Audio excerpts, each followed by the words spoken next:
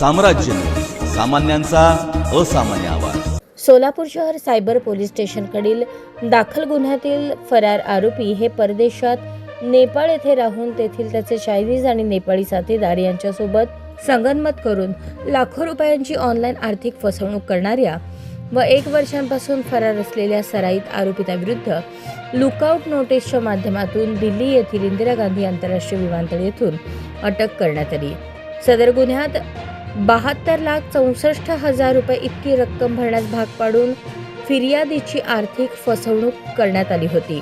या गुन्ह्यात सोलापूर शहर पोलिसांनी आतापर्यंत एकूण 4 आरोपी निष्पन्न केले असून यातील सूत्रधार आरोपी रोज मगर थापा वय 23, पत्ता बोसन, दक्षिण खली, काठमांडू, नेपाळ आणि त्याचे सहकारी आरोपी दोरजे तमांग यांनी फिर्यादी यांच्या फसवणूक रकमेपैकी काही रक्कम सारस्वत बँकमध्ये असलेल्या एम इंजिनिअरिंग नावाच्या करंट अकाउंटमध्ये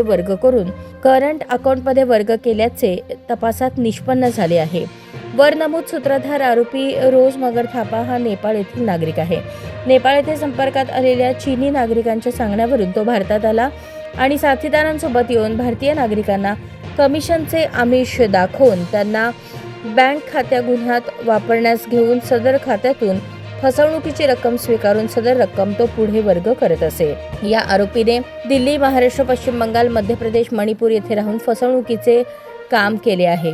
सदर आरोपीत हा नेपाळचा नागरिक असल्याने तपासादरम्यान त्याचे पासपोर्टची माहिती मिळवून त्याच्याविरुद्ध 2025 मध्ये लुकआउट नोटीस जारी केली होती।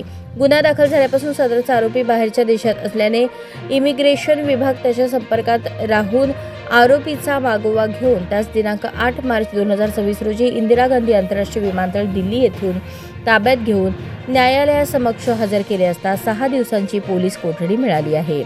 ही कामगिरी पोलीस आयुक्त एम राजकुमार, पोलीस उपायुक्त गुन्हे डॉ. अश्विनी पाटील, सहाय्यक पोलीस आयुक्त गुन्हे राजन माने यांच्या मार्गदर्शनाखाली सोलापूर शहर सायबर पोलीस स्टेशन वरिष्ठ पोलीस निरीक्षक Shrishail Gaja, police sub inspector Pravin Bhopale, Nagesh Ingale, police हवालदार मच्छिंद्र राठोड, प्रकाश गायकवाड, कॉन्स्टेबल रतिकांत राजमाने यांच्या तपास पथकाने पार पाडली आहे।